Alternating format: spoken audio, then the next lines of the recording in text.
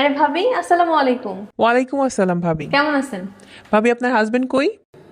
কেন আছে তো বাসায়? কিছু বলবেন? আপনার হাজবেন্ড আজকে কি করতে জানেন? কি করছে? আপনার হাজবেন্ড আজকে মার্কেটে সবার সামনে আমার হাত ধরছে, আর এইটা আমার জামাই দেখছে। এখন দেখা আমারে বাটি চালান দিতেছে, আমি এখন কি করব বলেন, কই যাব? এই জন্য আপনার কাছে আসছি, আপনি এটার একটা বিহিত করেন। আপনি কোনো টেনশন করেন না ভাবি, আপনি নিশ্চিন্তে বাসায় যান। আপনার পিছে বাটি চালান হয়েছে না, ওর আজকে মুগুর চালান হবে।